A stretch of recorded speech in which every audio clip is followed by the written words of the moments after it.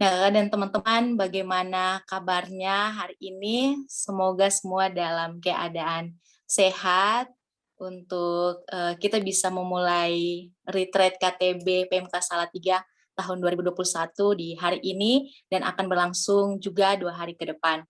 Nah, Kakak dan teman-teman, saya punya satu yel-yel ya, yang bisa sama-sama kita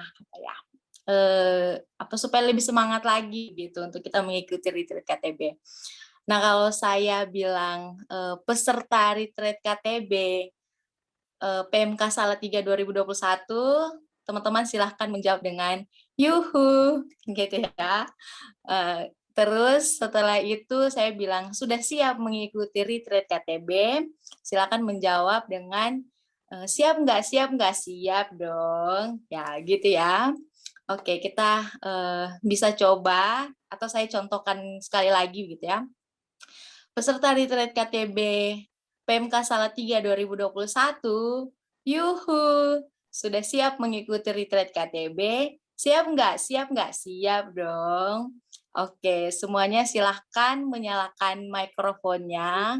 Jadi supaya tidak saya sendiri saja begitu di sini.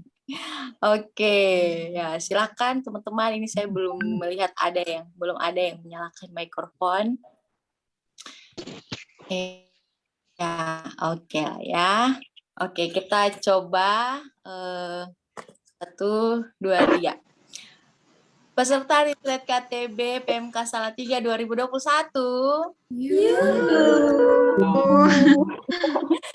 Sudah siap mengikuti retreat KTB? Siap dong. Oke, ya. Tepuk tangan untuk kita semua. Wah, semuanya semangat-semangat ya. Oke. Ya, teman-teman, seperti yang teman-teman ketahui gitu ya, tema retreat KTB PMK Salatiga tahun 2021 ini Christ Authority in Me. Dan jika diterjemahkan dalam bahasa Indonesia, Kristus berotoritas dalam diri saya. Nah, saya garis bawahi kata otoritas, teman-teman. Saya percaya ketika teman-teman mendengarkan kata otoritas ini, pasti yang terlintas dalam pemikiran kita itu ada sebuah kekuasaan. Nah, gitu. Nah, ketika melihat tema ini, Kristus berotoritas dalam diri saya, gitu. Kita sebagai murid-murid Kristus, sebagai pengikut-pengikut Kristus, yang pastinya hidup kita sementara berada dalam sebuah kekuasaan. Kekuasaannya siapa? Ya pastinya kekuasaannya Kristus begitu. Dengan demikian, apapun yang kita kerjakan, apapun yang kita lakukan, seharusnya atau sepenuhnya bukan untuk diri kita, melainkan hanya untuk kepada Dia gitu. Dia yang sepenuhnya berotoritas dalam diri kita. Setiap pilihan-pilihan yang boleh kita pilih dalam hidup kita, seharusnya selaras dengan apa yang dikehendaki oleh Dia gitu. Jadi contoh ketika teman-teman berbuat hal yang baik begitu, itu bukan untuk ya saya mendapat pujian atau bukan saya mendapat balasan yang baik juga ketika saya melakukan hal yang baik, melainkan tujuan dari kita melakukan baik adalah agar kemuliaan Allah itu dinyatakan gitu. Oke, Kakak dan teman-teman, untuk membuka acara retreat KTB PMK Salatiga 2021, mari sama-sama kita menyanyikan theme song dengan judul Kitalah Anak Panahnya. Ya, selanjutnya kita akan mendengarkan sambutan dari Ketua Panitia sekaligus doa pembuka. Kepada Ketua Panitia saya persilahkan. Oke, shalom kakak-kakak, teman-teman dan adik-adik yang kekasih di dalam Tuhan. Saya mewakili teman-teman panitia mengucapkan selamat datang, selamat bergabung di acara Retreat KTB PMK Salatiga 2021. Pertama-tama, pastinya sangat bersukacita ya, karena pada tahun ini, walaupun di tengah situasi dan kondisi yang tidak mudah, namun Tuhan masih memberikan kesempatan untuk kita sama-sama melaksanakan retreat KTB secara online. Nah, harapan kita bersama bahwa walaupun retreatnya diadakan secara online, tidak seperti tahun-tahun sebelumnya, namun kita sama-sama memiliki keyakinan bahwa mau secara online, onsite, atau dalam bentuk apapun, tentu tidak menghilangkan esensi kenapa kita melaksanakan retreat KTB, tidak lain dan tidak bukan adalah karena kita sama-sama memiliki kerinduan untuk diperlengkapi lewat acara ini. Nah, teman-teman semua, seperti yang sudah tadi disampaikan oleh MC, bahwa retreat KTB tahun ini mengangkat tema Christ Authority in Me. Mungkin kedengarannya simple ya, namun bagaimana dengan penerapannya? Sudahkah kita memiliki hidup atau kesadaran bahwa yang berotoritas atas kita adalah Kristus? Sudahkah kita menempatkan Ia sebagai yang terutama? Jawabannya tentu ada di dalam hati kita masing-masing. Ya, Christ Authority ini otoritas Kristus dalam hidup saya. Dari tema ini, kita akan sama-sama belajar, baik sebagai PKTB, AKTB, maupun CKTB, CPKTB, bahwa di dalam hidup kita, Kristuslah yang punya otoritas. Sehingga dalam menjalani kehidupan yang Tuhan anugerahkan, kita akan paham bahwa kita tidak boleh seenaknya. Tuhan punya tujuan untuk hidup kita, dan itu pasti. Maka lewat acara ini, kita akan diajak menyadari, memahami, dan terlebih menghidupi bahwa Kristuslah yang berotoritas atas kehidupan kita. Akhir kata, saya ucapkan semangat untuk kita selama 3 hari ke depan. Kita akan sama-sama belajar banyak hal yang akan semakin memperlengkapi kita. Tuhan memberkati. Oke teman-teman, untuk membuka acara kita pada hari ini, saya akan sekalian membuka di dalam doa. Mari saya pimpin dalam doa, kita berdoa. Ya Tuhan Allah kami, Allah yang bertakhta atas hidup kami sungguh bersuka cita, kami sungguh berbahagia, karena penyertaan-Mu, kasih dan tuntunan-Mu yang tidak pernah luput dari kehidupan kami. Secara khusus Tuhan, kami bersyukur karena dari awal proses persiapan retreat KTB, Engkau telah menuntun kami, sehingga pada hari ini, hari pertama, kami bisa memulai acara ini. Ya Bapak, kami yakin dan percaya bahwa walaupun acara ini diadakan secara online, namun kami percaya bahwa kuasa Roh Kudus mula yang akan menuntun kami, yang akan menjaga hati dan pikiran kami, sehingga kami bisa mendengar suara hati-Mu dari melewati firman yang akan disampaikan oleh kakak-kakak pembicara. Ya Tuhan, kiranya retreat KTB ini tidak hanya sebagai kami pandang sebagai program semata, namun benar-benar kami pandang sebagai wadah untuk kami sama-sama diperlengkapi. Ya Bapak, awal acara dan seluruh serangkaian acara ini kami serahkan ke dalam tangan kasih-Mu, sehingga semuanya bisa berjalan sesuai dan seturut dengan yang Engkau kehendaki. Inilah doa hamba-Mu, di dalam nama Yesus Kristus, itulah Tuhan dan Juru Selamat kami yang hidup. Amin. Saya kembalikan kepada MC. Ya, teman-teman, kita akan masuk dalam materi eksposisi 1. Nah, sebelum itu, minta kesediaan Kak Yudit untuk berdoa sekaligus membawakan materi. Kepada Kak Yudit, dipersilakan. Mari kita berdoa.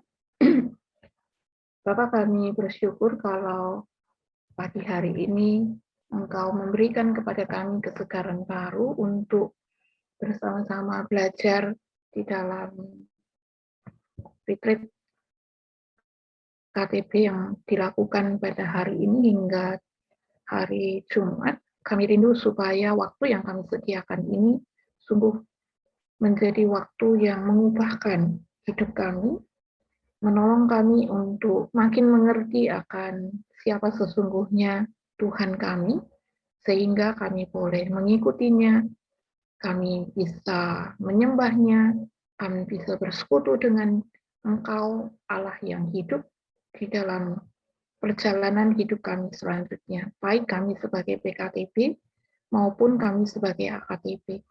Tuhan menolong agar firman yang hendak kami pelajari bersama-sama itu beresonansi secara kuat di dalam hidup kami, berbicara secara kuat di dalam hati kami masing-masing, menyelidiki hati kami yang paling dalam. Kiranya Roh Kudus bekerja di antara kami. Engkau menolong hamba-Mu, Engkau menyempurnakan persiapan yang sudah dilakukan, tetapi Engkau juga membuat hati adik-adik menjadi tanah yang subur untuk kebenaran firman. Ya Roh Kudus, berkuasalah di dalam acara ini. Kami juga menyerahkan seluruh jaringan yang kami gunakan untuk Engkau mengendalikannya, untuk Engkau yang menjagainya, supaya segala sesuatu boleh berjalan dengan baik. Terima kasih. Terpujilah Engkau di dalam nama Kristus Tuhan kami menaikkan doa ini. Amin. Ya, pagi hari ini eksposisi yang pertama itu akan berbicara soal kebenaran yang memerdekakan. Nah, mari kita membaca bagian firman Tuhan itu dari Kisah Rasul 22 ayat 1 sampai 18. Kita akan baca secara bergantian. Kita akan baca secara bersama-sama ya, bergantian tapi bersama-sama. Saya akan membacakan ayat yang ganjil dan adik-adik membacakan ayat yang genap. Ya. Sudah siapkah?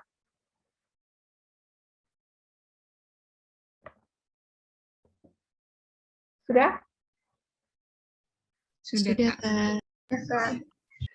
Mari kita membaca firman Tuhan dari Kisah Rasul 22 ayat 1 sampai 18. Hai saudara-saudara dan bapak-bapak, dengarkanlah apa yang hendak kukatakan kepadamu sebagai pembelaan diri. Ketika orang tuanya itu mendengar ia berbicara dalam bahasa Ibrani, makin tenanglah mereka. Ia berkata, Aku adalah orang Yahudi, lahir di Tarsus di tanah Kilikia, tetapi dibesarkan di kota ini, dididik dengan teliti di bawah pimpinan Gamaliel dalam hukum nenek moyang kita, sehingga aku menjadi seorang yang giat bekerja bagi Allah, sama seperti kamu semua pada waktu ini. dan aku menganiaya mengikut jalan Tuhan sampai mereka mati, laki-laki dan perempuan kutangkap dan kuserahkan ke dalam penjara. Tentang hal itu, baik imam besar maupun majelis tua-tua dapat memberi kesaksian. Dari mereka aku telah membawa surat-surat untuk saudara-saudara di Damsyik, dan aku telah pergi ke sana untuk menangkap penganut-penganut jalan Tuhan yang terdapat juga di situ dan membawa mereka ke Yerusalem untuk dihukum. Tetapi dalam perjalananku ke sana, ketika aku sudah dekat Damsyik, yaitu tengah hari, tiba-tiba memancarkan cahaya menyilaukan dari langit mengelilingi aku. Maka rebahlah aku ke sana, dan aku mendengar suatu suara yang berkata kepadaku, Saulus, Saulus, mengapakah engkau menganiaya aku? Jawabku, siapakah engkau Tuhan? Katanya, akulah Yesus orang Nazaret yang kau aniaya itu. Dan mereka yang menyertai aku memang melihat cahaya itu, tetapi suara dia yang berkata kepadaku tidak mereka dengar.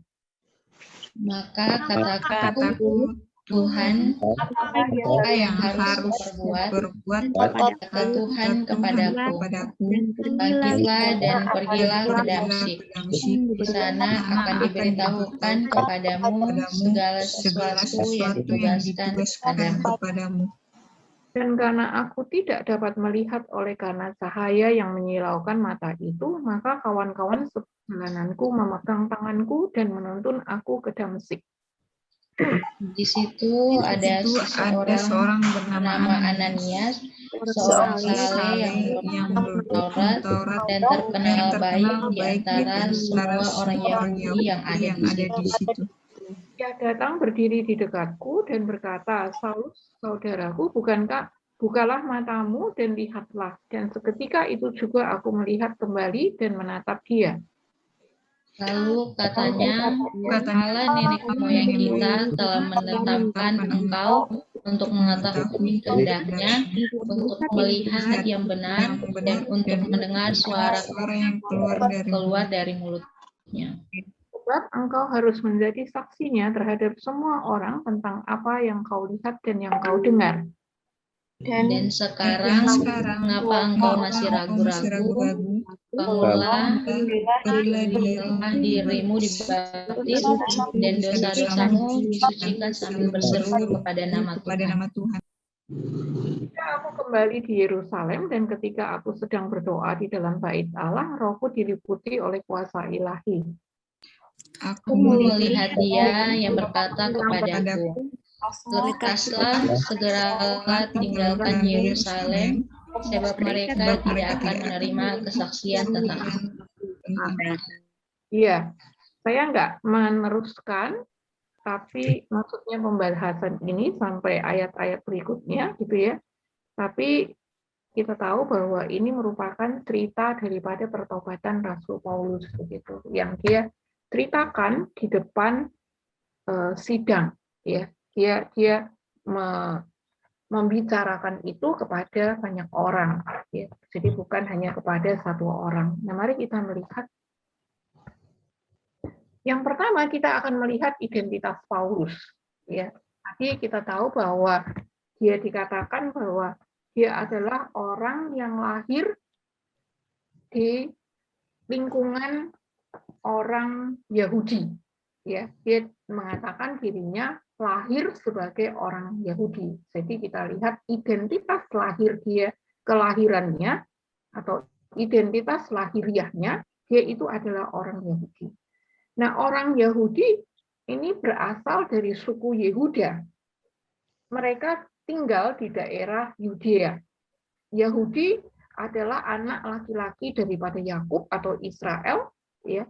Nah, kenapa kok orang Israel itu kemudian dianggap sebagai orang Yahudi, ya. Jadi secara keseluruhan dia dianggap sebagai orang Yahudi karena memang lambat laun beberapa suku itu punah, gitu ya. Beberapa sukunya punah dan juga dikatakan bahwa kelompok ini dari Bani Yehuda ini adalah kelompok yang terbesar, ya. Itu sebabnya orang Israel sering menyebut dirinya sebagai orang Yahudi.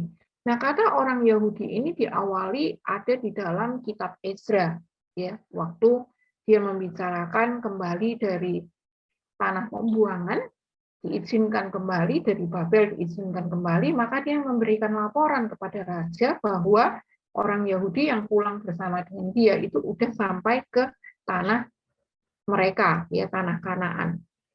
Nah, adik-adik, kalau kita melihat bagian ini, sebenarnya kita bisa menemukan bahwa bagi Paulus identitasnya itu sebagai orang yang walaupun lahir di dalam kota di Tarsus, ya, di Kilikia, di Tarsus dikatakan, tapi dia menganggap bahwa dirinya orang Yahudi. Jadi dia bangga akan jati dirinya yang lahir sebagai orang Yahudi. Berarti bisa dikatakan bapak ibunya itu orang Yahudi asli dan dia menganut adat istiadat Yahudi, ya, yang kemudian itu dikatakan Yudaisme. Nah, orang-orang ini adalah orang-orang yang memegang erat hukum Taurat di dalam kehidupannya, ya. Nah, kalau dikatakan dia lahir di Tarsus, maka Tarsus ini adalah sebuah kota yang sangat besar. Ya, kalau dia menyebutnya di dalam Kisah 22 ayat yang ketiga tadi, sampai dia menyebutkan aku dilahirkan di Tarsus, ya, itu adalah sebuah kota yang besar, di mana biasanya penduduk Tarsus itu sangat bangga dengan kelahirannya yang ada di kota Tarsus. Mereka tinggal di kota Tarsus. Kenapa demikian? Karena kota Tarsus itu adalah kota yang besar saat itu, kota pelabuhan, ya, karena di kotanya itu dilalui sungai yang bisa membawa segala sesuatu menjadi alat transportasi, sungainya menjadi alat transportasi untuk ke laut. Ya. Jadi mereka bangga. Di kota Tarsus ini adalah kota pertemuan perdagangan. Tetapi di kota Tarsus ini juga tempat dilahirkan filosof yang sangat terkenal, ya, sehingga itu membuat Paulus bangga. Kota Tarsus ini adalah kota milik daripada pemerintahan Romawi ataupun di bawah pemerintahan Romawi, ya, kota yang memiliki bisa dikatakan istimewa. Jadi kalau kita melihat di Indonesia ada beberapa kota istimewa, misalnya yang dekat dengan kita itu Jogja, daerah istimewa Yogyakarta, begitu ya. Lalu Jakarta juga begitu, yang di Pulau Jawa ini. Nah, kota Tarsus ini juga dikatakan kota yang istimewa bagi kerajaan Romawi. Ya, itu sebabnya orang-orang yang dari kota Tarsus ini sangat bangga kalau dia menyebutkan dirinya sebagai Tarsus. Masih ingat satu nabi yang sangat terkenal, ya, Yunus, yang dia lari ke Tarsus, ya, itu dia akan ikut kapal untuk pergi ke tempat lain, ya. Nah, jadi kita melihat satu kondisi yang sangat luar biasa dengan kota Tarsus ini. Itu sebabnya dituliskan oleh Paulus bahwa dia adalah dari kota Tarsus. Nah, adik-adik, dia juga mengatakan dia adalah orang Israel. Ya, disunat pada hari ke-8 dari suku Benyamin, orang Ibrani asli. Dan dia mengatakan dia hidup sesuai dengan hukum Taurat. Hal ini dituliskan kepada jemaat di Filipi yang merupakan jemaat pendukung Paulus waktu Paulus ada di penjara di Roma. Ya, kehidupan Paulus ditopang oleh jemaat di Filipi karena jemaat di Filipi ini sangat dekat relasinya dengan Paulus. Ya, nah, kepada jemaat yang saat itu sedang mengalami juga segala pengajaran yang tidak benar, ya, pengajaran dari Helenistik, maka Paulus itu mengatakan bahwa dia adalah seorang yang hidupnya sesuai dengan hukum Taurat. Ya. Nah, selain di Filipi itu selain menerima pengajaran-pengajaran yang Helenistik, tetapi juga orang-orang Yahudi di sana itu hendak membawa orang Filipi untuk kembali hidup dengan cara Yudaisme. Ya, nah mari kita melihat. Dia mengatakan dia orang Israel. Ya, umat Israel ini adalah umat pilihan Allah yang dipilih sendiri melalui perjanjian Allah dengan Abraham. Ya, waktu Allah menjumpai Abraham dan kemudian menjanjikan kepada Abraham bahwa Abraham akan punya banyak keturunan. Bukan saja keturunan, tetapi juga Allah menjanjikan kepada Abraham itu tanah Kanaan. Walaupun pada saat mengatakan kepada Abraham untuk keluar daripada tanah di mana keluarganya tinggal, ya, di Ur, dia sengaja tidak memberitahukan. Allah tidak memberitahukan tanah Kanaan itu yang akan diberikan kepada bangsa Israel. Tetapi waktu Abraham sudah berjalan ke arah yang Tuhan tuntun, kemudian Allah memberitahukan, ya, tanah yang dipijak oleh Abraham itu akan menjadi tanah kepunyaan bangsa Israel. Nah, jadi sebetulnya sebagai bangsa Israel, dia menjadi bangsa yang sangat bangga gitu ya. Kenapa? Karena dia dipilih sendiri oleh Allah dari sekian banyak suku bangsa untuk menjadi umat kepunyaan Allah. Sehingga orang Israel disebut sebagai umat Allah. Ya. Nah, kepada umat Israel ini, Allah membuat perjanjian kekal. Ya. Dan ternyata di dalam perjanjian kekal itu, bangsa Israel diminta untuk meresponi mereka memberikan tanda di dalam tubuhnya, yaitu sunat. Ya, ketentuannya adalah disunat pada hari yang ke-8. Itu sebabnya Paulus juga mengatakan ia disunat pada hari yang ke-8.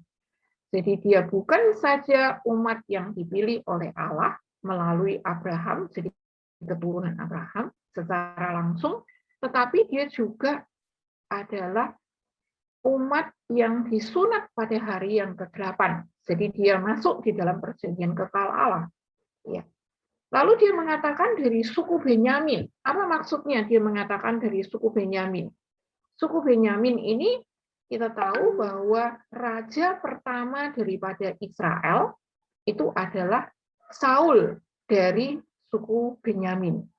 Tetapi ada ahli yang mengatakan, penafsir yang mengatakan bahwa bisa jadi dia bangga juga karena dari suku Benyamin ini adalah suku yang tidak menyembah kepada Yusuf, ya, Yosef, ya, suku yang tidak menyembah kepada Yosef. Jadi pada waktu keluarga daripada Yakub, anak-anaknya itu pergi ke Mesir untuk mencari gandum, ya, maka pada saat itu Yusuf dikira sebagai penguasa di Mesir yang dijumpai oleh saudara-saudara ini, dan mereka tunduk menyembah seperti mimpi yang dimiliki oleh Yusuf waktu Yusuf masih bersama-sama dengan saudara-saudaranya. Ya, nah saat itu Benyamin tidak ikut.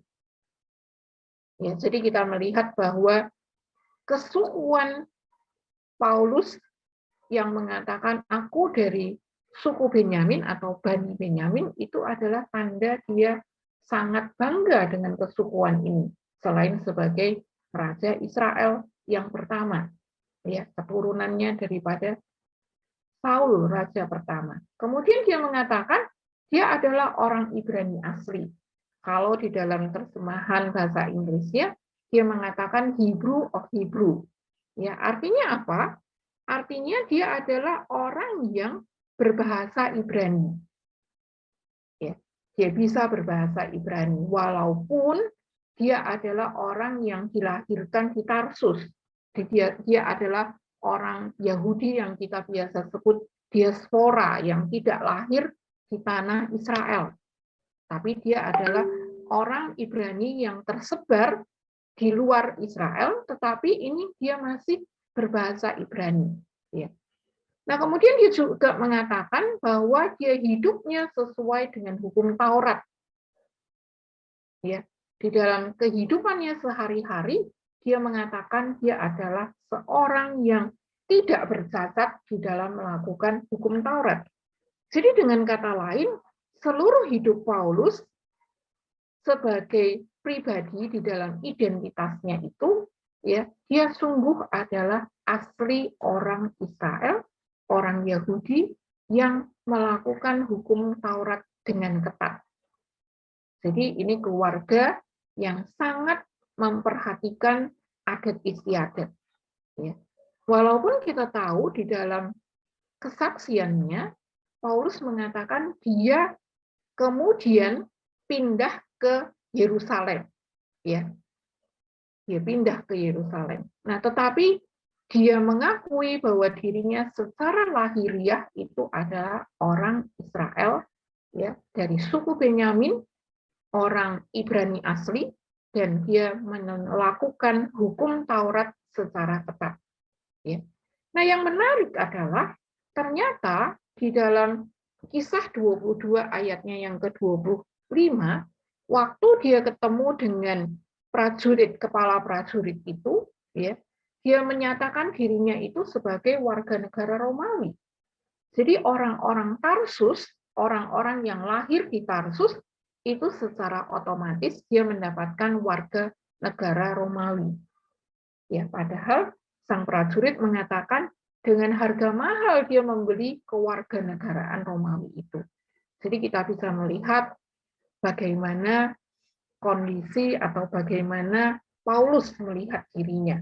Ya, kita bisa mengatakan dia adalah orang yang sangat terpandang di dalam sosial budaya yang ada di Tarsus maupun di Yerusalem.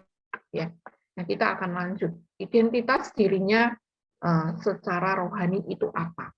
Ya. Tadi kita membaca ya bahwa sesungguhnya Paulus itu adalah orang yang dididik di kaki Gamaliel. Ya, dia mengatakan dia dididik oleh Gamaliel. Nah, siapa Gamaliel itu? Gamaliel itu adalah cucu daripada Hillel yang menjadi cikal bakal munculnya kelompok Farisi. Ya, jadi kita tahu bahwa sesungguhnya Gamaliel itu adalah seorang yang lahir di dalam keluarga Farisi. Nah, Gamaliel adalah guru besar daripada Paulus yang mengajarkan kepada Paulus hukum Taurat. Ya. Sehingga dia begitu dekat relasinya dengan sang guru. Nah, di zaman itu kalau seseorang dididik oleh seorang guru ataupun biasa disebut rabi ya di zamannya saat itu, maka dia punya relasi yang dekat karena sang rabi ingin menyampaikan seluruh apa yang dia ketahui itu kepada murid-muridnya. Nah, Gamaliel ini disebut sebagai orang Farisi. Biasanya orang Farisi itu berbeda dengan orang Saduki, ya, meskipun mereka ada di dalam kelompok yang disebut Sanhedrin, ya, kelompok politik di dalam pemerintahan Romawi yang ada di Israel, tetapi mereka itu mendukung pemerintahan Romawi. Ya. Nah, kelompok Farisi ini adalah kelompok orang yang mengajarkan hukum Taurat itu secara lisan. Ya, jadi kalau kita lihat di gambar ini, itu Gamaliel sedang mendidik murid-muridnya. Maka dikatakan di dalam Alkitab bahwa dia duduk di kakinya Gamaliel. Ya. Nah, adik-adik kalau kita melihat bagian ini, jadi kita tidak bisa atau kita tidak perlu meragukan kefarisian daripada Paulus. Bahkan di dalam pengakuannya dia, ya, seluruh sikap hidupnya itu dikatakan tentang pendirian terhadap hukum Taurat, aku orang Farisi. Ya, jadi dia mengatakan di dalam seluruh mengerjakan atau melakukan hukum Taurat, dia adalah orang Farisi. Bahkan dia mengatakan dia adalah orang yang tidak bercacat di dalam kerohaniannya. Ya. Nah, selain dia seorang Farisi, ternyata dia adalah orang juga dipercaya oleh Mahkamah Agama.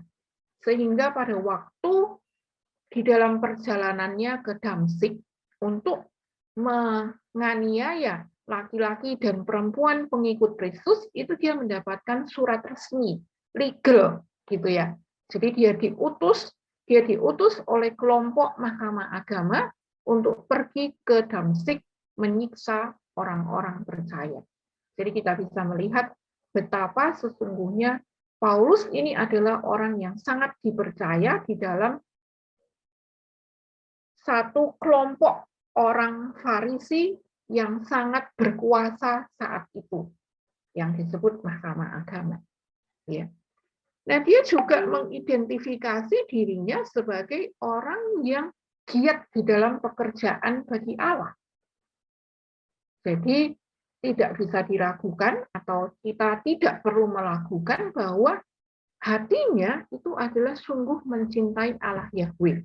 Sehingga dia berjuang mati-matian kalau orang yang hidupnya tidak sesuai ataupun orang yang melanggar hukum Taurat ataupun orang yang menjadi pemberontak, ya bisa dikatakan sebagai pemberontak, itu akan dilibas, akan dibasmi, akan dibunuh.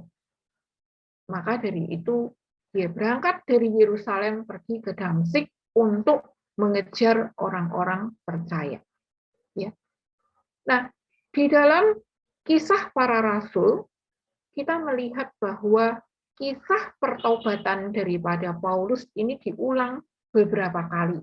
yaitu ada di pasal 9, ya, cerita asli itu ada di pasal 9, kemudian kisah yang tadi kita baca di pasal yang ke-22 dan juga ada di pasal yang ke-26.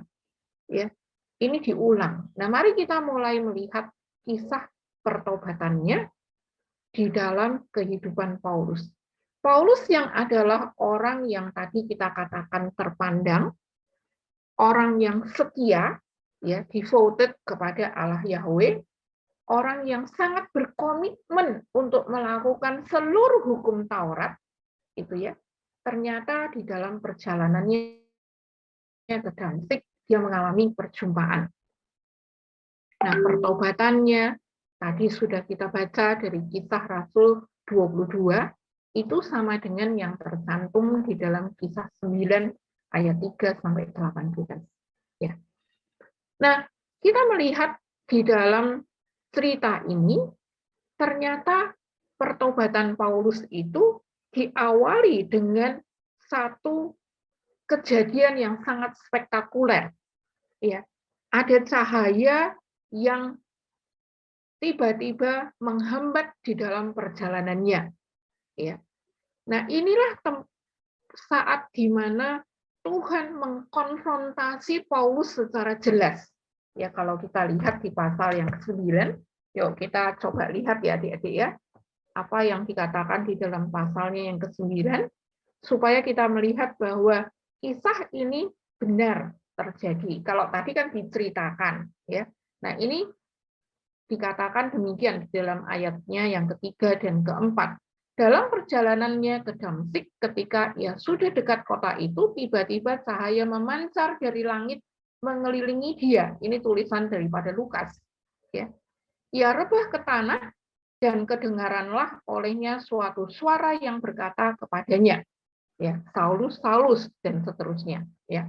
Nah, encounter atau pertemuan Paulus dengan Allah ini sangat istimewa, karena dia dikelilingi oleh cahaya yang ternyata membutakan matanya.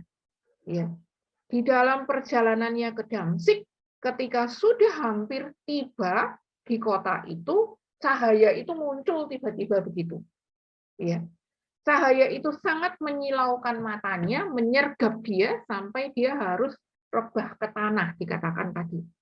Ya. Nah, kalau kita lihat peristiwa ini, memang peristiwa ini tidak dialami oleh banyak orang.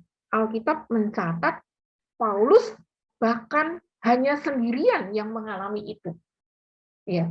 Tetapi tidak dialami oleh orang-orang yang ada di sekitarnya yang berjalan bersama dengan dia. Jadi betul-betul sinarnya itu menyorot ke wajahnya, gitu ya, sampai akhirnya matanya itu buta. Ya. Jadi sebetulnya kalau kita lihat cerita ini, kita menemukan bahwa hanya Paulus saat itu yang mengalami konfrontasi langsung dari Tuhan, dari Yesus. Ya, konfrontasi langsung dari Yesus kepada dia.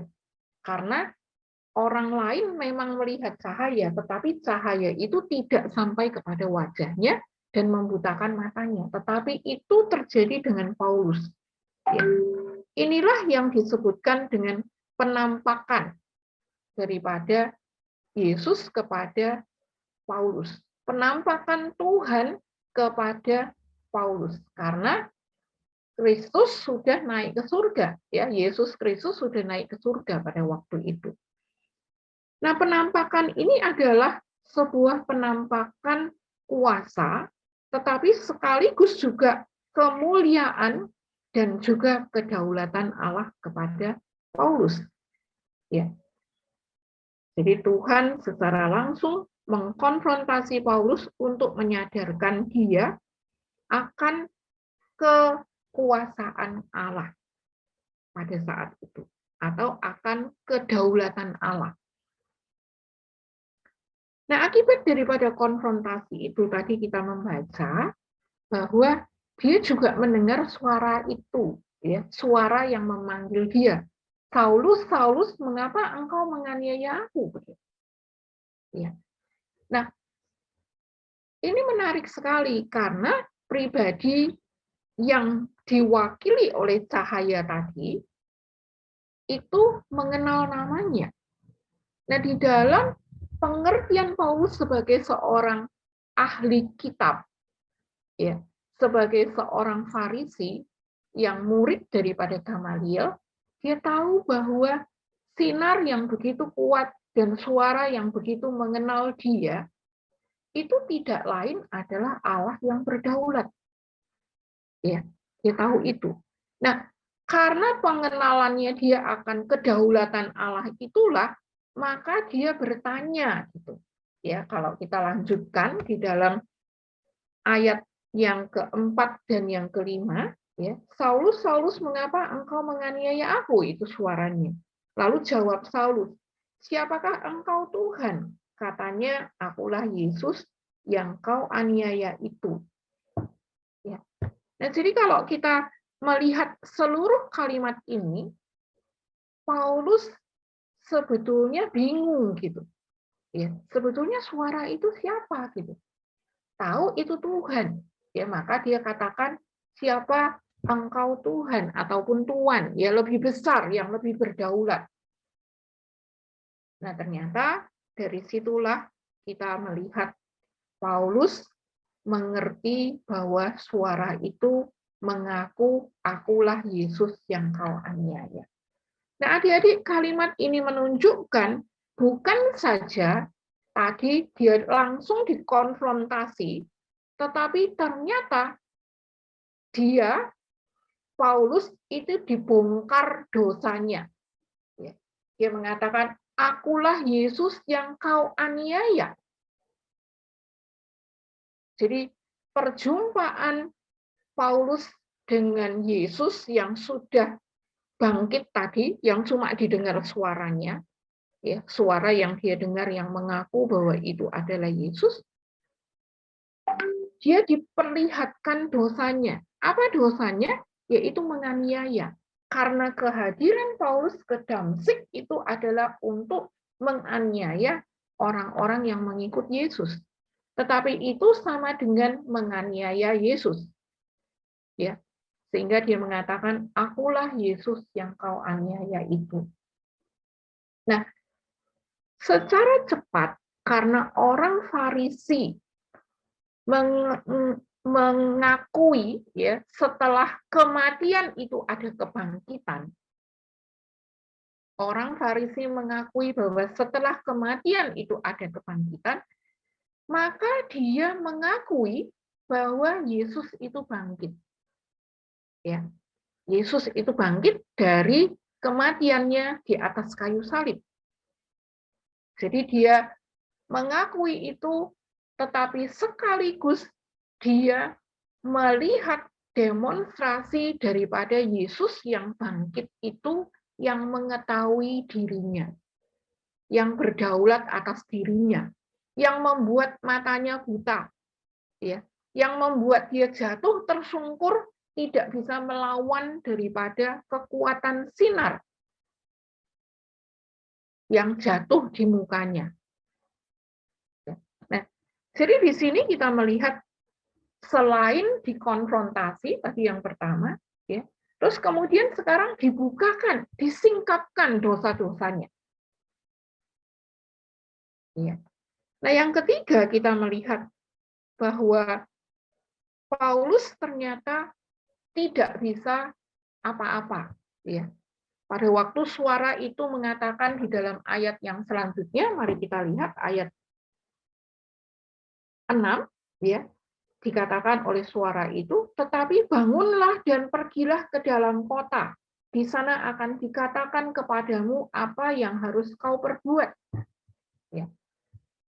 Nah, di dalam kondisi yang buta ini, dia diperintahkan untuk masuk ke Damsik. Dan ternyata kita lihat dari cerita yang tadi sudah kita baca di dalam Kisah Para Rasul, pasal yang ke-22 dan juga pasal yang ke-9 ini, ya, dikatakan di ayat yang ke-8, Saulus bangun dan berdiri lalu membuka matanya, tetapi ia tidak dapat melihat apa-apa. Mereka harus menuntun dia masuk ke Damsik. 3 hari lamanya ia tidak dapat melihat dan 3 hari lamanya ia tidak makan dan minum. Ya, jadi dia puasa nih, dia shock dengan kondisinya. Nah, dari keadaan ini kita melihat ternyata Yesus yang bangkit, yang dianiaya oleh Paulus itu adalah Tuhan atau Allah yang bisa menaklukkan Paulus. Ya. Kalau tadi dia dengan gagah berani pergi ke Damsik untuk menganiaya jemaat, sepertinya dia sangat berkuasa dengan selembar surat dari Mahkamah Agama. Secara legal dia ditugaskan untuk menganiaya jemaat. Tetapi saat ini di dalam peristiwa ini kita menemukan ternyata dia tidak berdaya. Dia mau tidak mau harus mentaati suara itu karena pengetahuannya tentang kedaulatan Allah dan juga tentang kebangkitan. Dengan kata lain, pada saat itu, seketika itu, di dalam peristiwa itu, Paulus tahu bahwa itulah Mesias yang dijanjikan. Ya. Jadi latar belakang dia sebagai orang Farisi yang mengerti ciri-ciri daripada Mesias itu, dia alami pada saat itu. Itu sebabnya di dalam cerita ini kita menemukan bahwa Paulus pergi ke Damsik sesuai dengan perintah daripada Kristus, ya, sesuai dengan perintah yang dia dengar. Dan ternyata di dalam kota Damsik itu dia akan ketemu dengan Ananias, ya, yang juga mendapatkan perintah daripada Allah dan dia disembuhkan, ya. Kemudian Ananias memberikan satu kutipan yang dia dengar dari Allah, ya. Kita mari ke ayatnya yang ke-15, ya. Dikatakan, "Pergilah, sebab orang ini adalah alat pilihan bagiku untuk memberitakan namaku kepada bangsa-bangsa lain serta raja-raja dan orang-orang Israel. Aku sendiri akan menunjukkan kepadanya betapa banyaknya penderitaan yang harus ia tanggung oleh karena namaku." Ya. Nah, itu yang dia dengar daripada Allah. Kemudian dia sampaikan kepada Paulus di ayat-ayat selanjutnya. Ya. Nah, kita melihat bahwa di dalam peristiwa pertobatan Paulus ini, maka di situ ada tugas yang diberikan. Ya. Jadi kita tahu bahwa kalau seseorang dipilih oleh Allah, atau kalau seseorang diselamatkan oleh Allah, maka ada terkandung di dalamnya untuk melakukan tugas tertentu. Nah, saya pikir ini bukan saja terjadi pada Paulus, tetapi juga terjadi kepada hamba-hamba Tuhan di dalam perjanjian lama seperti Musa. Ya, dia dipanggil, dipilih, kemudian dia diminta untuk membawa orang Israel keluar dari tanah Mesir. Ya. Nah, dari cerita ini kita menemukan satu kondisi, ya, pertobatan itu. Apa itu pertobatan? Yaitu perjumpaan orang dengan Allah. Jadi Allah yang sengaja menjumpai orang itu, kalau di dalam cerita ini adalah Paulus. Ya. Allah sengaja menjumpai Paulus, kemudian Allah menunjukkan dosanya, Allah mengkonfrontasi dosanya, dan Allah membuat orang itu tunduk kepada perintahnya sehingga orang tersebut mentaati apa yang diperintahkannya. Nah, karena kesediaan orang itu tunduk kepada perintah itu, maka di dalam hidupnya terjadi perubahan. Ya, tadinya Paulus yang akan menganiaya jemaat nggak jadi karena matanya buta. Ya, kemudian dia harus dituntun masuk ke Damsik Dan waktu dia masuk ke kota Damsyik itulah dia tahu bahwa dia menerima tugas untuk memberitakan Injil itu kepada bangsa-bangsa.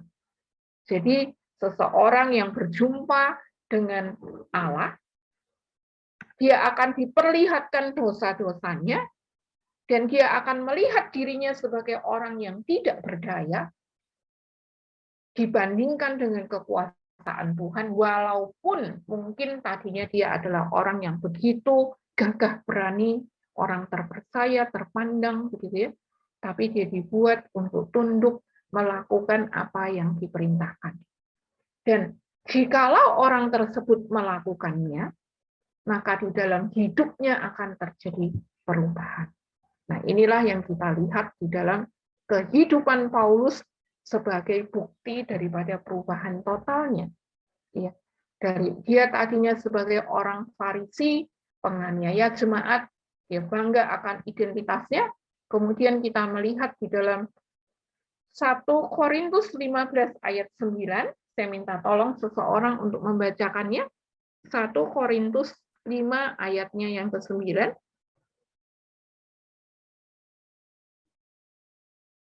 1 Korintus 15 ayatnya yang ke-9. Silakan.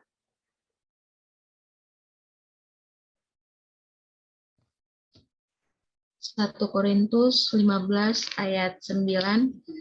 Karena aku adalah yang paling hina dari semua rasul, bahkan tidak layak disebut rasul, sebab aku telah menganiaya jemaat Allah. Ya, makasih. Nah, jadi kita melihat ya, identitasnya yang begitu besar sebagai orang yang menerima tanggung jawab untuk menganiaya jemaat. Ya. Kemudian setelah bertobat, dia mengatakan, aku adalah rasul yang paling hina. Bahkan nggak layak disebut sebagai rasul. Karena apa? Karena dia melakukan satu penganiayaan kepada jemaat yang disebut oleh Yesus itu menganiaya Yesus sendiri. Ya. Jadi ada perubahan total di dalam melihat dirinya. Eksistensinya itu tidak lagi kepada lahiriahnya, tetapi dia meletakkan eksistensi dirinya atau identitas dirinya itu di dalam Kristus. Ya.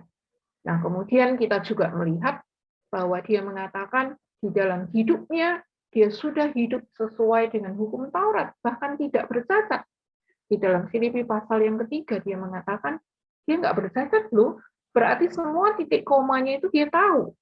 Dia hafal sekali hukum Taurat secara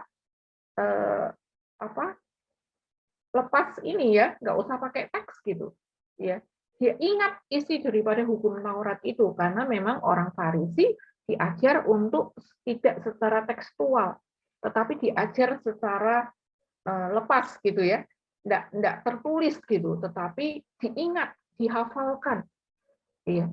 Nah, kemudian kita melihat di dalam 2 Korintus 4 ayat yang ke-7, minta tolong seseorang membaca, seorang pria, 2 Korintus 4 ayat 7.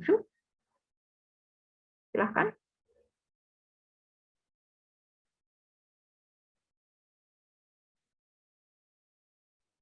Uh, 2 Korintus 4 ayatnya yang ke-7.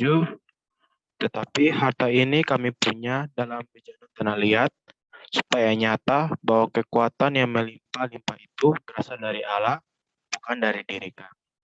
Iya, ya. Ini dia menuliskan surat kepada jemaat di Korintus, karena jemaat di Korintus itu nggak percaya akan pemberitaan daripada Paulus, karena jemaat Korintus itu terpecah belah, gitu ya. Dia punya gengnya sendiri, ya. Ini aliran Apolos, ini aliran Petrus, gitu ya. Ini aliran Yesus, gitu ya. Jadi ada banyak aliran di sana.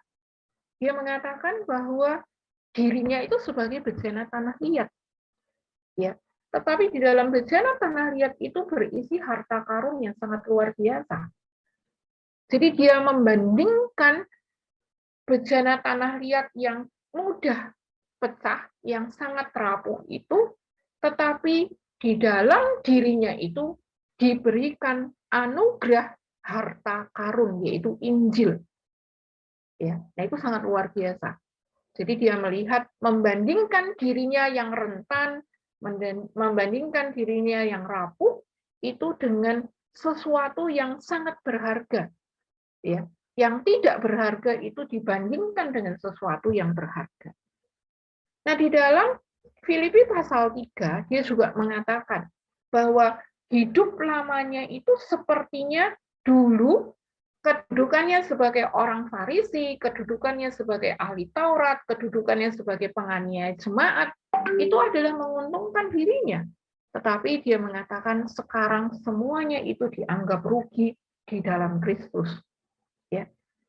Kemudian di ayat yang ke-8 dia menganggapnya semua yang dulunya penting berharga itu dilepaskannya, dibuang, ditinggalkannya. Semuanya yang dulunya begitu berharga itu sekarang dianggapnya sebagai sampah. Nah, adik-adik, perubahan hidup Paulus itu berubah 180 derajat. Ya. Kenapa? Karena eksistensinya di dalam Kristus. Karena identitasnya sekarang di dalam Kristus begitu berbeda dengan identitasnya waktu dia menjadi orang Farisi. Waktu dia hidup mengandalkan kekuatannya sendiri. Nah, kalau kita lihat ini, tidak heran dia bisa mengatakan di dalam 2 Korintus 5 ayat yang ke-17, ya. Jadi siapa yang ada di dalam Kristus, ia adalah ciptaan baru. Yang lama sudah berlalu, sesungguhnya yang baru itu datang. Jadi dunianya itu sungguh berubah. Cara pandangnya melihat dunia itu berubah. Kalau dulu dia melihat dari kacamata dirinya, sekarang dia melihat dari kacamata Kristus. Ya. Jadi perspektifnya kepada dunia itu berubah. Perspektifnya kepada Allah itu berubah. Perspektifnya kepada manusia itu berubah. Perspektifnya kepada masa yang akan datang itu berubah. Berubah seperti apa? Berubah sesuai dengan Kristus. Nah, bagaimana itu bisa terjadi? Tentunya itu semua karena anugerah. Ya. Jadi adik-adik, kalau kita melihat hidup Paulus, kita bisa menemukan bahwa dia sungguh merasakan hidup barunya itu adalah anugerah yang dari Tuhan. Nah, anugerah yang bisa dirasakan ini, ya, dia tuliskan dengan sangat kuat di dalam 1 Korintus 2 ayatnya yang ke-9. Mari kita membuka mic kita bersama-sama, kita akan membaca 1 Korintus 2 ayatnya yang ke-9. 1, 2, 3. Apa yang tidak pernah dilihat oleh mata dan tidak pernah didengar oleh telinga dan yang tidak pernah timbul di dalam hati manusia, semua yang disediakan Allah untuk mereka yang mengasihi Dia. Ya. Jadi ini sangat jelas pertobatan Paulus itu menggambarkan apa yang dia tuliskan ini. Ya, dia nggak pernah melihat dengan matanya segala sesuatu yang dilakukan oleh Yesus di masa hidupnya, walaupun usia mereka itu dekat-dekat, ya, usia mereka dekat-dekat. Paulus mungkin lahir di sekitar 5 dan hidupnya itu sampai tahun 67 mungkin ya, sekitar gitu ya. Jadi tahun yang ke-5 sampai yang ke-67 mungkin itu masa hidupnya Paulus. Kalau Yesus mungkin lahir 3 atau 4 tahun sebelum Masehi, ya, sampai kemudian 30 sekian, ya, karena dia hidupnya cuma sebentar di dunia ini.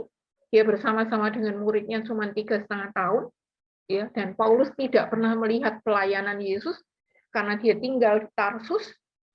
Ya, dia lahir di Tarsus, sementara Yesus di daerah Galilea dan Yudea. Ya, dia dibesarkan di Nazaret, ya, kemudian keliling-keliling gitu ya, mungkin tidak pernah ketemu. Ya, apa yang tidak pernah dilihat oleh mata dan yang tidak pernah didengar oleh telinga dan yang tidak pernah timbul di dalam hati manusia, dia semuanya itu disediakan oleh Allah untuk mereka yang mengasihi Dia. Jadi keselamatan yang dinanti-nantikan oleh Paulus, perjumpaan dengan Allah yang sejati yang dirindukan oleh Paulus, yang sekian lama dia cari ya dengan menjadi orang Farisi itu, ternyata dia alami di dalam perjalanannya ke Damsik. Ya. Dia mengenal kebenaran seperti yang dikatakan di dalam Yohanes 8 ayat 32. Dia mengenal kebenaran itu, dia berjumpa dengan kebenaran itu, dan kebenaran itu memerdekakan dia. Ya. Dan kamu akan mengetahui kebenaran, dan kebenaran itu akan memerdekakan kamu. Nah, adik-adik, sebenarnya kita tidak akan bisa mengalami kemerdekaan daripada kebenaran itu kalau kita tidak mengalami anugerah. Ya, itu yang pertama. Yaitu tadi perjumpaan. Kalau kita tidak dikonfrontasi oleh Tuhan, ditunjukkan itu dosanya. Dan apa yang ditunjukkan oleh Allah itu membuat kita nggak berdaya. Ya. Dan karena ketidakberdayaan kita itu, maka kita bersedia untuk dituntun.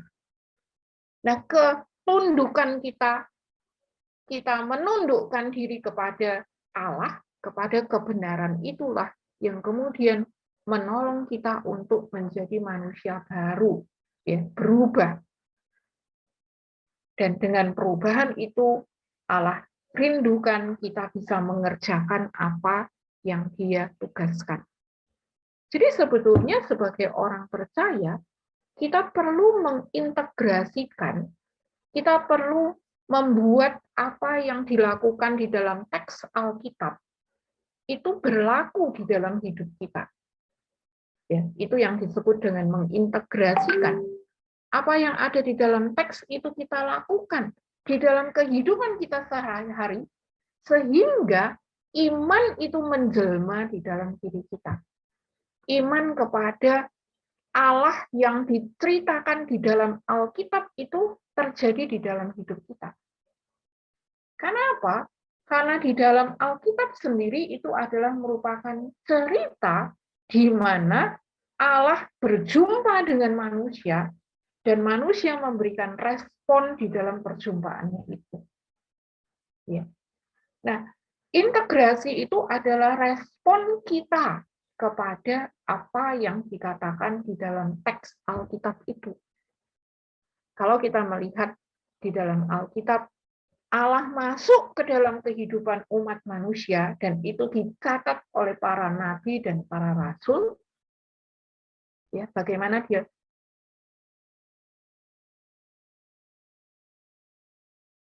berjumpa dengan Allah, bagaimana dia meresponi berjumpa dengan Allah itu di dalam kehidupannya sehari-hari, itulah yang kita sebut sebagai iman. Jadi kita melihat iman daripada mereka-mereka itu, karena mereka berhasil mengintegrasikan perjumpaannya dengan Allah itu di dalam kehidupannya sehari-hari. Ya. Nah, mari kita merefleksikan di akhir daripada sesi ini, ya, kapan Allah menjumpai Anda secara pribadi? Ya, kapan? Kapan Allah datang menjumpaimu secara pribadi? Itu adalah anugerah. Mari kita mengambil waktu sejenak, ya, untuk mengingat kembali pertobatan kita. Waktu di mana Allah secara pribadi itu menemui kita. Dan dari cerita Paulus tadi, kita melihat perubahan yang sangat radikal di dalam hidupnya. Nah, mari kita melihat perubahan apa yang kita alami sejak kita bertobat sampai sekarang. Sejak kita mengenal Kristus yang adalah Tuhan yang penyelamat, juru selamat kita, dan Tuhan kita, sampai hari ini, apa? Ya, perubahan-perubahannya apa?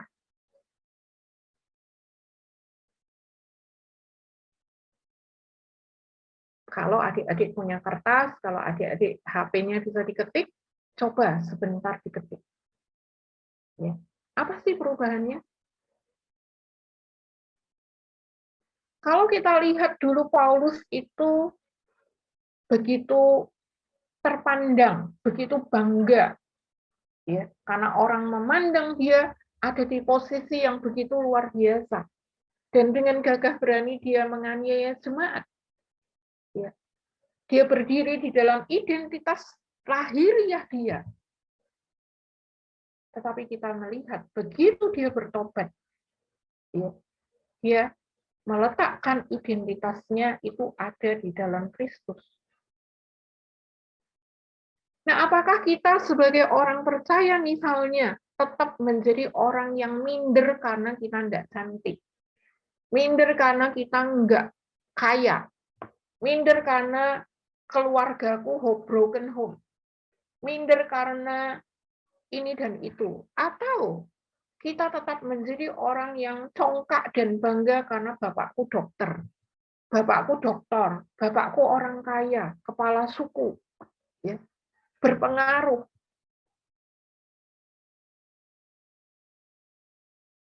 Apakah identitas kita ada di tanda-tanda lahiriah yang kita miliki? Atau identitas kita itu ada di dalam Kristus? Karena identitas kita di dalam Kristus, maka hidup kita, ya, mengalami perubahan. Karena yang menjadi standar itu adalah Kristus. Dulu aku suka maki-maki, tapi karena aku sudah menjadi orang percaya, itu berubah di dalam diri.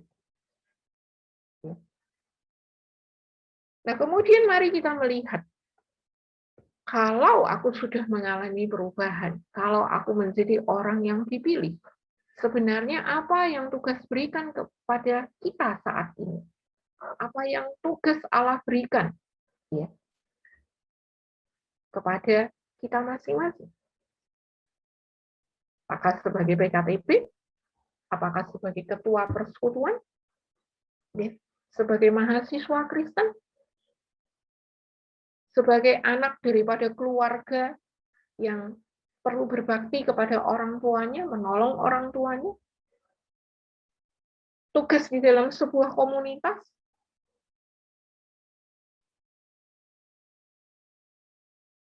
Amin. Saya kembalikan pada pembawa acara. Baik, terima kasih banyak Kak Yudit atas materi yang sudah disampaikan. Semoga ini bisa membekali teman-teman ya, bagaimana kita melihat perjalanan kehidupan Paulus begitu, mulai dari dia yang dulunya hidup tidak berkenan begitu di hadapan Allah, tetapi akhirnya dia mengalami perjumpaan dengan Allah dan itu mengubahkan dia 180 derajat. Oke, teman-teman, kita akan masuk dalam sesi tanya jawab. Nah, di dalam sesi tanya jawab ini silakan teman-teman yang mau bertanya, yang mau menanggapi bisa menyampaikan pertanyaan dan juga tanggapannya, bisa langsung menyalakan mikrofon gitu atau juga menggunakan room chat untuk mengajukan pertanyaannya gitu. Nah, untuk teman-teman yang mau bertanya menggunakan mikrofon gitu bisa raise hand terlebih dahulu gitu ya, teman-teman. Silakan bagi teman-teman, kita nggak punya waktu cukup banyak ya. Oke, jika belum ada teman-teman yang mau bertanya atau mungkin masih sementara mempersiapkan, mungkin saya bisa mengawali teman-teman gitu mau bertanya kepada Kak Yudit. Nah, berbicara soal pertobatan gini ya Kak Yudit. Nah, mungkin ada sebagian gitu. Saya dulu juga pernah mengalami hal yang sama begitu. Waktu ikut KKR atau kegiatan, pokoknya kebangkitan rohani lah gitu, dipersilakan untuk maju, lalu ditanyakan apakah kamu sudah meyakini Kristus gitu. Nah, di situ kita sontak ada satu hal yang dalam diri kita, oh ya, kita benar-benar meyakini nih. Tapi dalam kehidupan sehari-hari justru misalnya ada beberapa bagian yang misalnya itu salah begitu dalam kehidupan lama. Tapi ketika kita sudah meyakini itu dan di dalam kehidupan kita, oh ya, mulai meninggalkan hal-hal yang tidak baik itu, tapi itu tidak secara menyeluruh. Jadi masih ada bagian-bagian tertentu yang masih dilakukan gitu. Nah, ini sebenarnya yang saya mau tanyakan itu, apakah kita sudah benar-benar bisa dikatakan, oh ya saya selamat, saya menerima anugerah pertobatan itu, atau justru tidak gitu. Nah, yang berikut terkait dengan tugas kita gitu. Tugas kita ketika kita menerima kita mengalami sebuah perubahan gitu dalam hidup, dan hidup kita sepenuhnya diserahkan kepada Tuhan nih. Nah, kadang contoh ketika kita di PKTB gitu. Nah, ini masih menjadi pergumulan berat bagi kita. Sebenarnya saya mau mengerti Allah memanggil saya gitu untuk mengangkat tugas jadi PKTB atau jadi pengurus atau mungkin jadi ketua SMU gitu ya, atau tugas-tugas yang lain. Itu bagaimana kita mengerti sebenarnya Allah menuntun kita untuk mengerjakan hal-hal ini gitu. Nah, itu yang masih menjadi pertanyaan dalam diri. Kadang jatuhnya ya kita karena saya punya kemampuan di situ, karena saya punya niat. Nah, itu sebenarnya itu sepadan dengan kehendaki atau Allah memanggil kita untuk mengerjakan itu, atau apa gitu. Mungkin itu, Kak. Oke. Iya, kalau yang pertama tadi sudah bertobat gitu ya, sudah maju gitu. Sudah menerima Kristus secara pribadi gitu ya. Tapi masih ada di dalam dirinya, tidak seperti Paulus tadi ya, yang mengatakan aku tidak bercacat dalam melakukan hukum Taurat begitu ya. Paulus kan berani dia berkata begitu. Dia tidak bercacat di dalam melakukan hukum Taurat. Nah, sementara kalau kita lihat, kita masih aja melakukan dosa gitu, ya kan? Ada macam-macam nih dosanya, ya. Kalau saya boleh cerita, dulu waktu saya bertobat gitu ya, waktu pertama kali saya terima Kristus, memang terima Kristus kan cuma sekali ya, nggak 2 kali ya. Jadi pertama kali saya terima Kristus itu ada di mahasiswa gitu. Nah, waktu itu ada di dalam sebuah persekutuan juga gitu, ada di dalam sebuah persekutuan. Nah, kemudian karena background saya dari non-Kristen gitu ya, background saya dari non-Kristen, maka saya agak berbeda dengan teman-teman yang lain gitu. Karena saya nggak tahu gitu, kekristenan apa itu saya nggak tahu gitu. Ya. Ayat yang membuat saya bertobat itu adalah Matius 6 ayat yang ke-33. Cari dulu kerajaan Allah dan kebenarannya, maka semuanya akan ditambahkan kepadamu gitu ya. Nah, ayat itu begitu menarik bagi saya karena ayat itu membuat saya bisa menerima segalanya gitu. Ya. Kenapa itu menantang gitu? Kenapa itu menarik saya? Karena saya orangnya sangat berambisi begitu. Ya, segala sesuatunya akan ditambahkannya kepadamu. Wah, luar biasa ya jadi orang Kristen gitu. Ya, jadilah terus kemudian waktu saya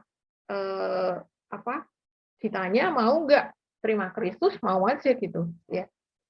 Nah, akhirnya saya jadilah orang Kristen dan setahun kemudian saya dibaptis gitu. Nah, sepanjang setahun itulah saya mulai belajar firman Tuhan, mulai ngerti gitu ya. Nah, maka apa yang berubah di dalam diri saya itu adalah yang sesuai dengan firman Tuhan saat itu. Jadi firman Tuhan yang dibukakan pada saat itu menolong saya untuk mengetahui bahwa itu salah begitu. Ya, itu salah. Maka waktu saya diberitahu itu salah, saya akan mencoba untuk berubah gitu. Karena itu tidak sesuai dengan maunya Tuhan gitu. Ya, jadi saya berubah di situ. Misalnya nggak boleh marah gitu. Waktu itu saya orang kalau marah itu tidak dengan kata-kata gitu ya, nggak muncul apa-apa dalam kata-kata, saya diam aja gitu. Tetapi mungkin pena di tangan saya ini bisa patah gitu, ya, saya bisa patahkan begitu. Atau kalau misalnya saya dekat di dinding di rumah gitu, saya marah gitu ya, saya bisa pukul tuh dinding gitu. Ya. Jadi marahnya tuh nggak lewat mulut tapi lewat perbuatan. Ya, perbuatan. Bahkan waktu saya marah tuh saya pernah tonjok orang gitu. Ya, saya pernah tonjok orang karena saya nggak ngomong apa, saya tonjok aja gitu. Terus saya pergi aja gitu.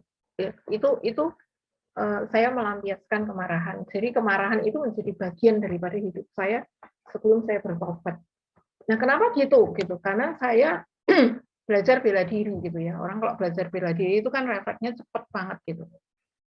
Sangat cepat refleksnya. Jadi kalau misalnya saya ketemu orang membuat saya marah di jalan itu saya tonjok aja gitu. Ya, walaupun saya perempuan gitu. Bapak-bapak pernah saya tonjok gitu. Ya karena dia kurang ajar gitu.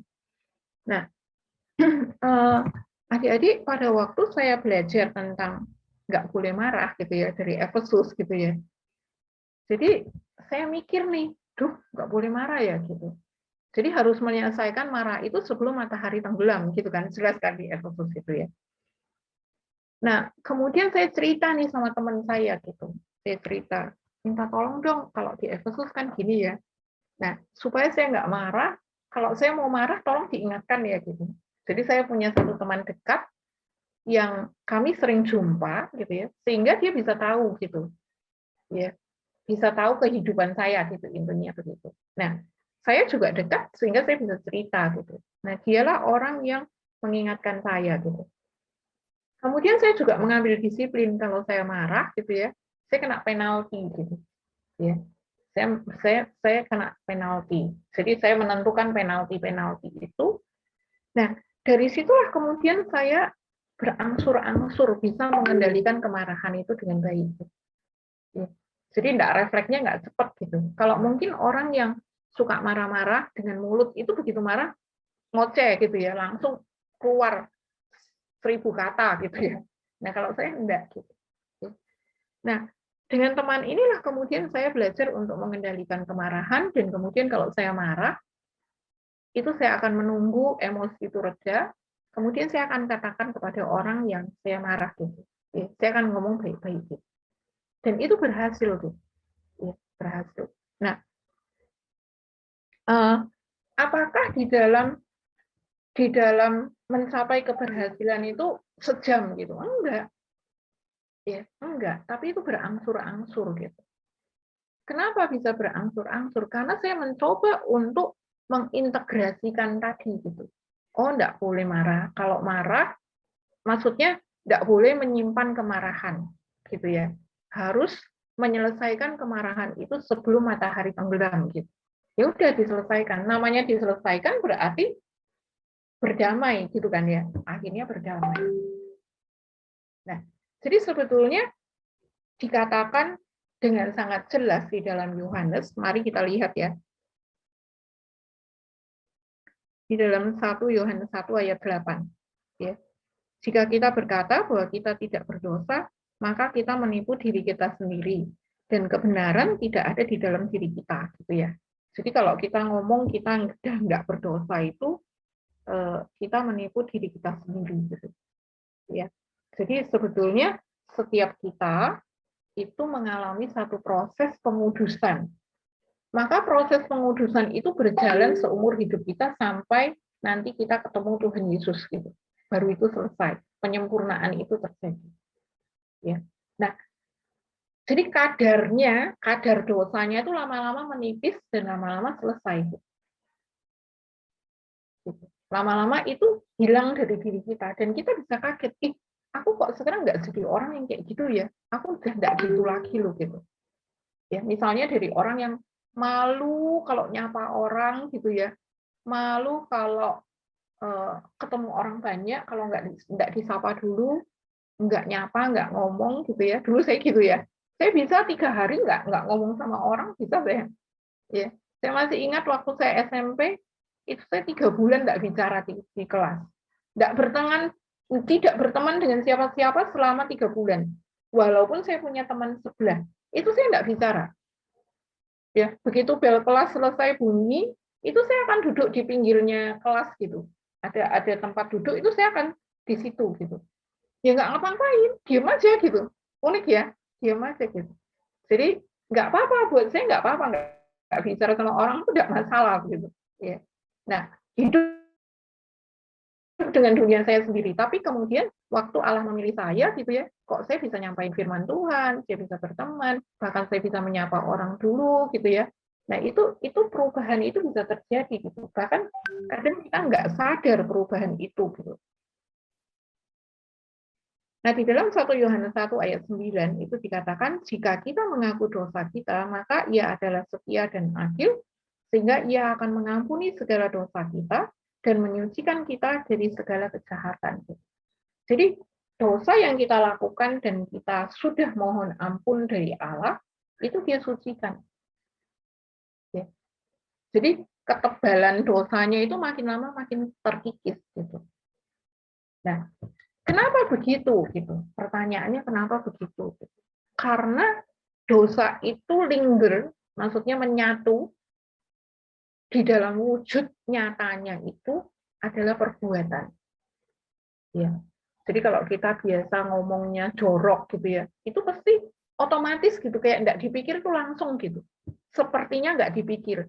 Tetapi karena setting pikiran kita udah begitu, itu tata bahasa itu konotasi gitu ya, itu perbendaharaan kata yang ada di dalam otak kita, maka itu otomatis muncul gitu. Nah, ketika kita menjadi orang percaya, maka tata bahasa, pilihan kata gitu ya, itu harus kita sesuaikan dengan Alkitab. Nah, dengan kita sering membaca Alkitab, dengan kita Bible reading, dengan kita saat teduh, dengan kita menghafal ayat gitu ya. Nah, lama-lama tata bahasa itu masuk ke dalam otak kita gitu, mengganti sistem yang lama tadi. Nah, akibatnya maka yang keluar dari mulut kita itu adalah tata bahasa baru, perbendaharaan kata baru, kalimat-kalimat yang berbeda daripada kita dulu. Ya. Itu sebabnya kita harus menghafal ayat itu di situ. Jadi menghafal ayat itu bukan saja untuk mengingatkan kita pada waktu kita berdosa, gitu, tetapi juga menolong kita untuk mengganti, gitu ya. Nah, sama kalau kita biasa melakukan dosa itu udah bertahun-tahun, gitu ya, udah bertahun-tahun misalnya menyontek, gitu ya. Dari sejak SD itu menyontek, maka kalau mahasiswa itu dia tidak bisa, itu langsung di dalam benaknya nyontek-nyontek, lihat buku, kamu tidak bisa. Gitu. Ya. Nah, itu akan mendorong kita untuk kemudian melakukan. Nah, berarti kan kebiasaan itu harus diubah. Jadi dosa itu masuk ke dalam diri kita, bentuk nyatanya itu adalah kebiasaan, habit kita. Nah, untuk mengubah habit yang sudah 17 tahun kita hidupi, yang mungkin udah 10 tahun kita hidupi, itu enggak gampang. Ya, maka dari itu harus diusahakan, diperjuangkan, diperhatikan untuk ditinggalkan. Sehingga Paulus dengan jelas mengatakan, lepas baju lamamu, baju kotormu itu lepas. Tanggalkan manusia lamamu dan ganti pakai baju yang baru.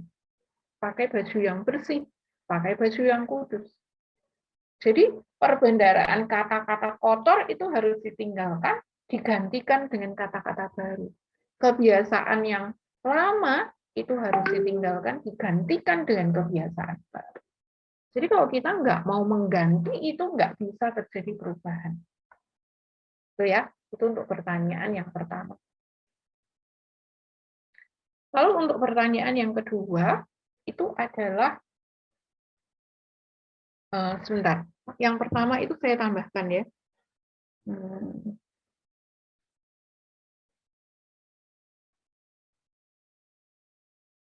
Di dalam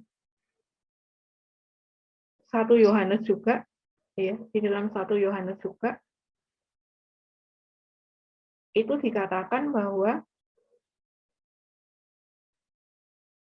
kita itu bukannya tidak bisa berbuat dosa lagi, ya, walaupun kita udah terima Kristus. Kenapa? Karena tubuh kita itu punya kedagingan.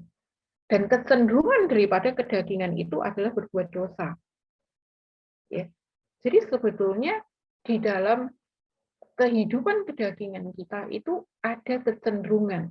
Sehingga Yohanes memberikan awas-awas gitu ya. Awas dengan keinginan dagingmu, awas dengan keinginan matamu. Ya. Jadi keinginan-keinginan daging itu diperlihatkan oleh Yohanes dengan begitu jelas untuk kita bisa mengontrolnya dengan baik. Ya.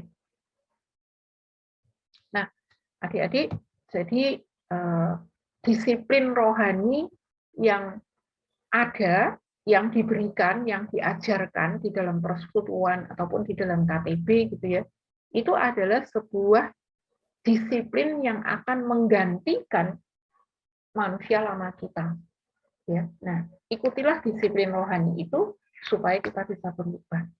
Ya, nah terus kemudian yang pertanyaan yang kedua, tugas yang diberikan itu apa gitu? Ya, kita bisa tahu yang mana gitu. Nah, kalau kita lihat dari Matius 28 itu sangat jelas. Kalau kita adalah seorang murid, maka kita harus memuridkan. Ya. Nah, kita memuridkannya dengan cara apa? Bisa memuridkan dengan kamu menjadi pengurus.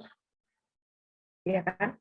Mengurusi semua hal sehingga pemuridan itu bisa berjalan. Jadi kamu menjadi, kalau di dalam Kisah Para Rasul 6 itu kamu menjadi caretaker-nya. Ya. Kamu menjadi diakonianya. Bukan yang membawakan firman. Ya, diakonianya. Tapi kalau seorang PKTB itu dia adalah orang yang menyampaikan firman itu, mengajarkan firman itu. Ya. Nah, atau kamu menjadi seseorang yang dikatakan di dalam Matius 28 itu memuridkan orang lain dengan ngajarin orang lain saat teduh. Ya. Dengan menyaksikan kebenaran firman Tuhan, dengan PI, dengan banyak hal. Ya. Sebetulnya banyak banget. Gitu. Nah, tinggal sekarang kamu mau di posisi mana sesuai dengan karunia yang Tuhan berikan. Jadi untuk memuridkan orang lain itu adalah DNA-nya seorang murid, tugasnya seorang murid. Ya. Bukan pilihan, karena itu jelas banget. Perintah untuk memuridkan itu DNA-nya orang percaya. Ya. Jadi sebetulnya bisa nggak seseorang yang murid itu memuridkan? Bisa, tinggal dia mau apa enggak. Ya. Jadi bukan pilihan, ya atau tidak, bukan begitu. Karena itu DNA-nya berarti kan terkandung ya. Karena dia gelarnya itu murid, identitasnya murid. Nah, murid itu apa? Murid itu bisa dikatakan murid ya kalau dia berbuah. Nah, berbuahnya dalam bentuknya apa? Macam-macam. Bisa sebagai pengurus, bisa menjadi PKTB, ya bisa menjadi orang yang mengajarkan kebenaran firman Tuhan kepada orang lain, dan banyak lagi. Begitu. Oke? Gitu ya. Sudah menjawab? Ya, terima kasih Kak Yudit. Ya. Oke, aduh. Terima kasih Kak. Ya, kepada teman-teman lain, ini kita masih ada 6 menit ya. Masih ada 6 menit, silakan untuk teman-teman yang mau bertanya bisa langsung bertanya begitu. Oke, kita akan menutup dalam doa. Mari teman-teman kita satukan hati kita berdoa. Ya Tuhan, Allah Bapa kami yang senantiasa kami sembah, kami bersyukur Tuhan di saat ini kami boleh mendengarkan materi yang dibawakan oleh Kak Yudit, kebenaran yang memerdekakan kehidupan kami. Tuhan, mari memberkati setiap kami, biarlah kisah dari Paulus, mulai dari latar belakangnya, kehidupannya yang belum berkenan di hadapan Tuhan, tetapi diubahkan menjadi berkenan di hadapan Tuhan. Biarlah kehidupan kami juga sama seperti Paulus. Kami rindu Tuhan agar Engkau bisa mengubahkan kehidupan kami. Jika kami yang masih berjuang, Tuhan yang mari meneguhkan kami. Kami sadar bahwa kami penuh dengan keterbatasan. Kami cenderung untuk jatuh dalam kedagingan kami.